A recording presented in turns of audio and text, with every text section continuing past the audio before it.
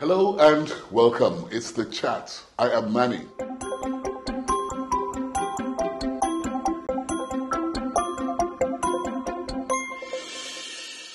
My guest is somebody who has traversed the public service and now in the private service, so to speak, private sector.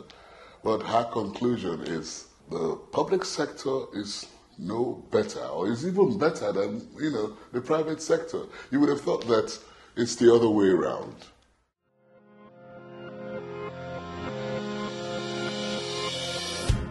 Dr. Ajoritsedere Awosika is a pharmacist by profession, a seasoned administrator with decades of experience in the public sector, former permanent secretary of the Federal Ministry of Internal Affairs, as well as Science and Technology and Power, and now the chairman of Access Bank Plc and CHAMS Nigeria Plc, born in Sapele Delta State to the late Chief Festus Okotie-Eboh, Nigeria's first Federal Minister of Finance. Dere, as she is fondly called, attended the Anglican Girls' Grammar School and the Ahmadu Bello University Zaria, where she bagged a degree in pharmacy. She also attended the University of Bradford, where she bagged a master's in clinical pharmacy and a doctorate in pharmaceutical technology. With a wealth of experience in the pharmaceutical profession, Dere began her career working as an intern at the General Hospital, Benin. She further worked at the Plateau State Hospital and military hospitals in Lagos, Benin and Yaba, until she moved to the UK to work in other hospitals.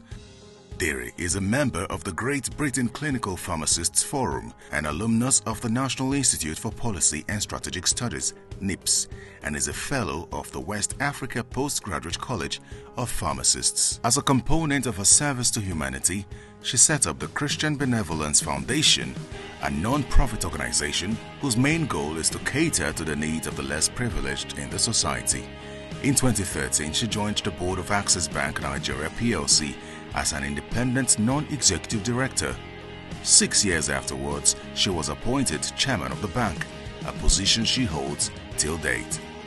She is a recipient of various honors and awards, including member of the Federal Republic MFR. Dere is married to Dr. Olubayode Awosika, and they are blessed with 3 children and 5 grandchildren.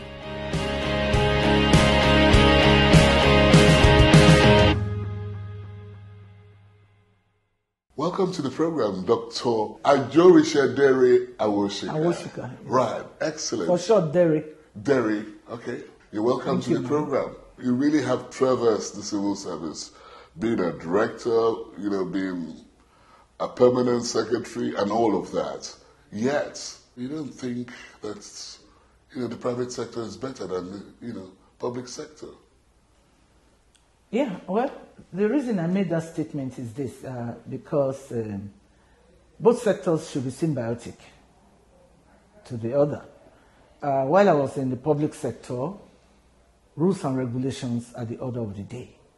For those who want to obey the rules and regulations, life is easy, because then you know what is expected of you and you do it, and then you get the results. Moreover, on the public sector, you are serving a larger entity.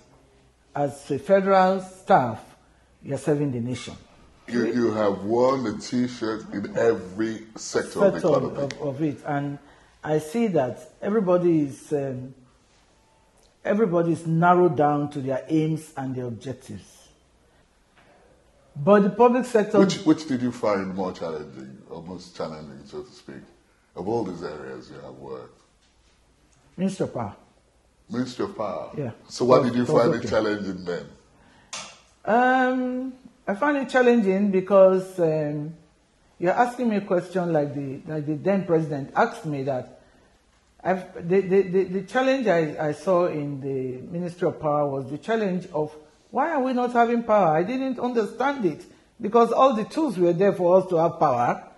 All the files, however, showed no performance. And the issues were very glaring. I'm sure most Nigerians will ask you the same question. Well, I've put it in my handover notes. It's clear that we can't have power if Nigerians want to have power. Really? And that's what my conclusion, yes. Really? Yes. Why do you say that? Because it's people-driven.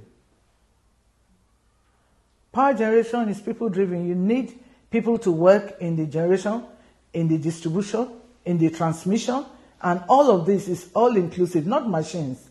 The equipments are there, but the people need to work honestly and to see that it is an apolitical issue. It's not a political issue to have no lights, you have no power to drive industry, you cannot create jobs, you cannot keep people in good health. It's a very serious issue. Did you work in the health sector? Sure, I did. As, a pharmacist, what problems did you find there? I have worked in Ministry of Defense as a pharmacist at the Yaba Military Hospital, where I rose to the chief pharmacist before I was transferred to be the pioneer director general for National Program on Immunization. So, what problem did we find in health? In the health sector, there are primary problems. Primary problems. I'm sure drugs will be one of them. Drugs, one of them. Diagnostics, another one of them. The personnel, the number of personnel serving the population is another. Also, the responsibility for health, in my view, is the individual, comes from the individual. Nigerians are, I'm sorry, some may abuse me, careless about their health. They don't check their health. They don't take their drugs according to instruction. You tell them to take drugs for 5 days. In the pharmacy, they come back for a checkup. I'm sometimes guilty of that. Yeah, you see, they take for 3 days. They are better. They keep the 2 days. Then you have a reoccurrence. So that drug didn't work. You caused it. Yes. So of all the appointments you have had, which makes you the happiest person? Very difficult question. I've been very happy in all my assignments because the goal sets were achieved, and I thank God for this. I owe it also to a dedicated staff. I've always been very blessed with good staff. I think if you are leading, you have to be an example. So if they see you come to work at 7:30, they will come to work at 7. It's what I experience. Discipline. Even discipline. And even in public service. Yeah. The discipline is there. You don't talk much. They know the boss is coming in at 7:30. So there are times, okay, you work late. I tell this to some friends. I work late, maybe 2, 3 a.m. because of demand from higher quarters. And you can't explain to every staff that you worked late. So I come in at that 7:30, my secretary knows, my PA knows, and I go and sleep on my couch. I do that sacrifice so that the other staff can see that I'm in, but you don't know I'm sleeping. I needed to sleep because I just slept that morning. Yes. But I can't explain why I came late to everyone. Otherwise it becomes like an excuse. I had to do this work for the minister, I had to do this work for the president. They don't want to hear that because they don't believe that. So when you finished in the civil service, you felt you still had some more to give to the private sector? Well, the private sector is lucky because they are focused. It's either they are set up to make money, like this is channels. Yes. Well, channels set up with definite goals, and it's not going to have anybody stand on his way to achieve that. In other words, you can ask any staff to leave immediately. But in the public service, you can't do that. It's good, it's not good. If it's a civil servant, if you ask the person to go, they'll take you to court because it's entrenched in the rules setting up the system. Let's even go back to your childhood days. Okay. What memories do you have? Memories of my childhood days. Should I say that I'm privileged? I must say so. In the country, to be born into a family that serves the country. My father was the first Minister of Labour and first Minister of Finance for the country. The first few years, I was 13 when he was killed, but before then, I lived in a different world. He was not trusted with money, was he? Well, you see, he had the unfortunate, like many things in Nigeria, he had the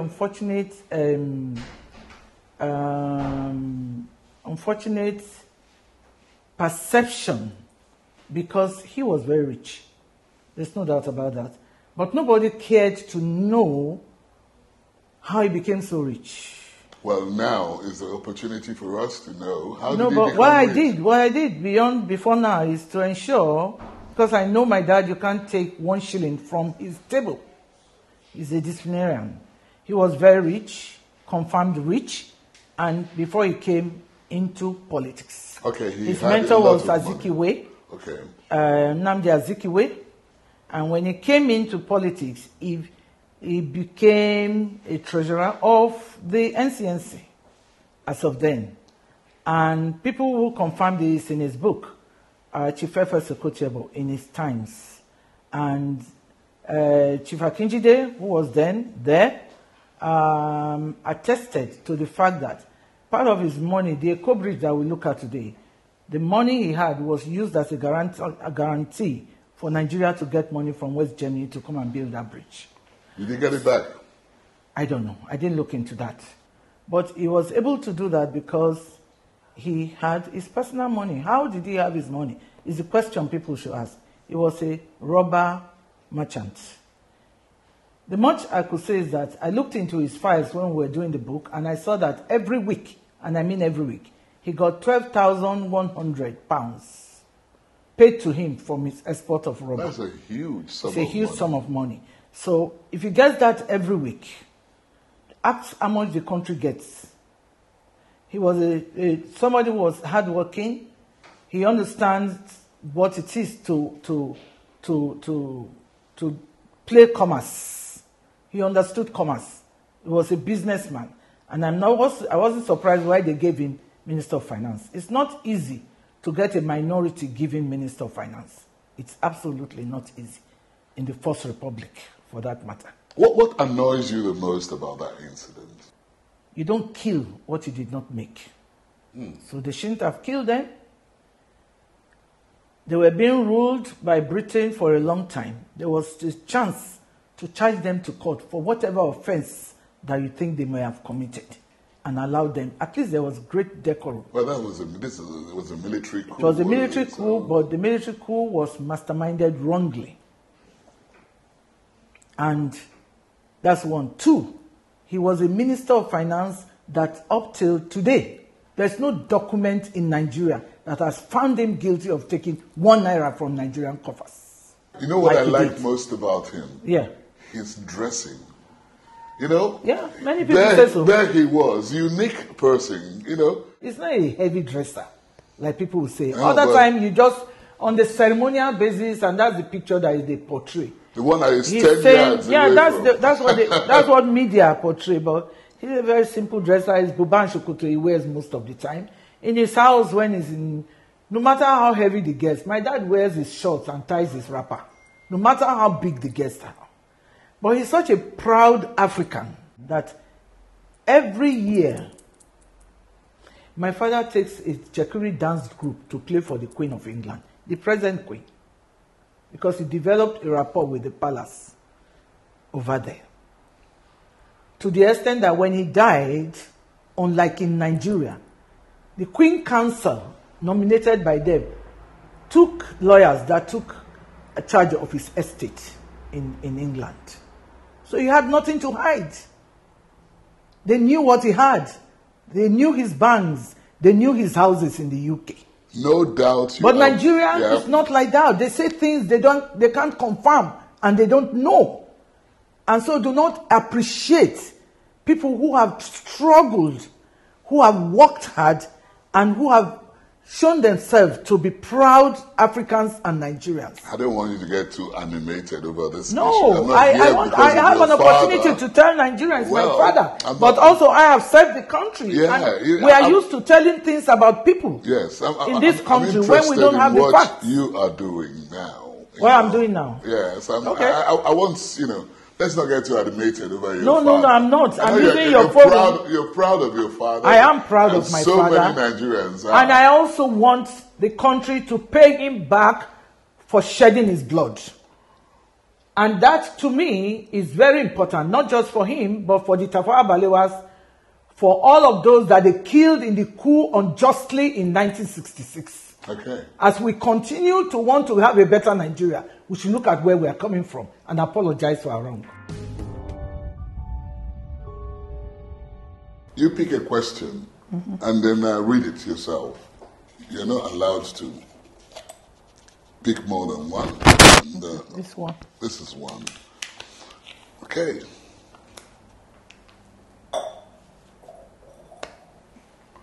Okay, it reads, the word feminist is used among ladies this generation. What is a feminist to you? Unfortunately, I don't believe in it. I don't see that look in you anyway. I don't believe in feminism. But why don't you? My faith. Okay. You believe... God made male and female. I can't question God. He has a reason why he made us male, female, and he has guidelines for everyone in his operations. And I'm not going to have to change what God has set in place. So I'm not a believer in feminism. Okay. So you're not the type who thinks your husband should go into the kitchen and cook himself? Not at all. Do you cook? I cook. You cook for your... Are you in the kitchen? You know? I mean, come on, let's get serious. I was in the kitchen for many years, not often now, but even now I'm in the kitchen because I know what my husband is having for lunch. What will take you into the kitchen? I go to the kitchen all the time to check that there's order. What they want to cook is arrange the things, they are well done and everything. But the actual cooking now, I don't do it. Only occasionally. You've lost your cooking skills, because I mean. No, I haven't. It's just that my husband actually does not.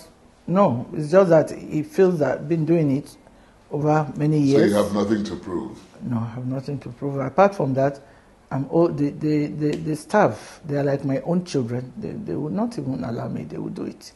So what's your favorite? What's the favorite food? Banga and starch. What would he tell you if you put too much salt in that banga? It's not good though. So you have to moderate. Oh, he doesn't shout at you. Nothing would make him, you know. Oh, you mean what my husband tells me? If he will complain. It's not good. That's all. So if we apologize and get him something. All right. Yeah. He will complain if it's too much salt. So I have to get him something else. Mm-hmm. Where were you when you heard of the death of your father? Okay. Every year, routinely, we go on Christmas to Sapele in Delta State. So we went on Christmas. We lived in Lagos with my dad at Unicon, number 2. And we were there for Christmas when on the 11th, no, on the 12th, the Prime Minister, the late Tafawa Balewa, called my dad to cut short his leave and return back to Lagos because there's turbulence in the western region of Oyo. So I knew this because my dad talks to one-on-one conversation a lot. Doesn't say you are a child, don't know what is happening, no. And he called, do you want to come with me? It was actually on the step. He was going downstairs and I was following. He said, do you want to come with me? I said, yes. And my stepmom said, no, you stay, your birthday is 15th. My birthday is 15th January, the day of the coup. The day he was killed was my birthday. And then he said, okay, you should have a birthday celebration this time around. He doesn't believe much in that.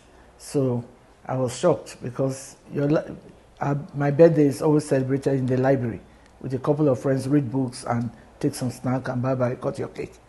So he went. But on the 14th night, 2 of my cousins went with him. One wanted to do her eyeglasses, the other one wanted to do passport or something. And they called and they said the British ambassador has been with my father since, asking him to leave. There will be a coup. But he didn't. He said, I'm in Nigeria, this is my house, this is where I will be. So when it was around 11:30, he called, and my stepmother called me, your dad wants to wish you a happy birthday. That's going into 15th. And we're still, I went to pick the telephone and I talked to you as normal on your birthday, you know, how you should behave, and all that. And that was it. And so on the 15th morning, we live outskirts.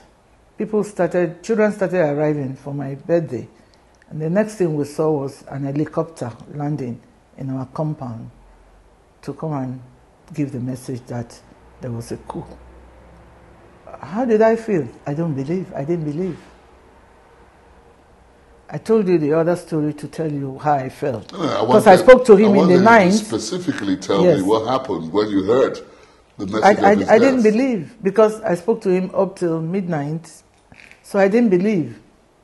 So the helicopter passed the message to my stepmom, and by then, I think the entire country had heard. So we started having a lot of vehicles trooping in, people trooping in, and as a child, I believed that he was a very powerful man, that nobody could get him. So I was like saying, they're joking. The man must have disappeared. Something, you know. He was going to be a prime minister after Tafawa Balewa. Really? Yes. It's on that documentary. I'm getting a bit confused now. That's the truth. You are saying to me now that your father was killed on your birthday. Yes. Okay.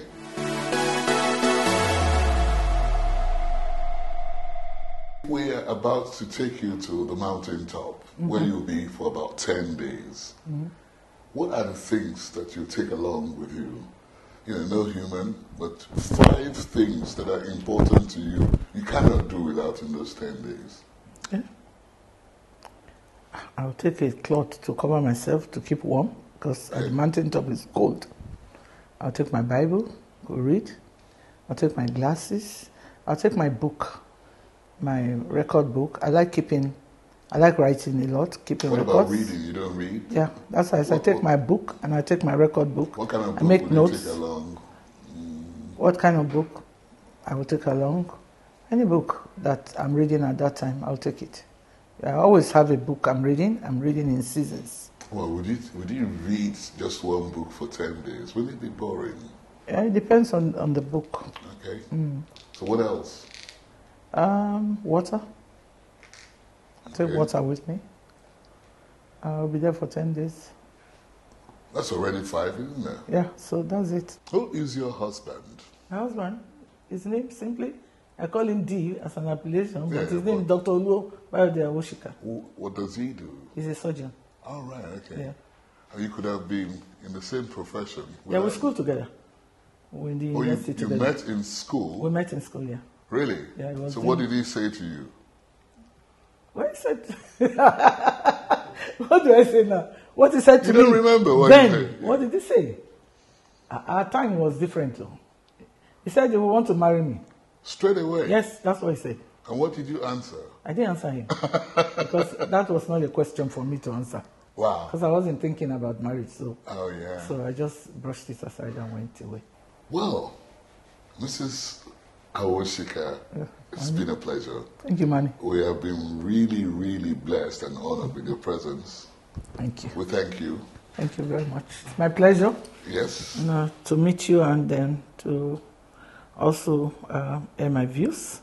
And just to say one thing, it's because Nigerian interpretation matters a lot. When you say public sector is better than private sector, they think otherwise.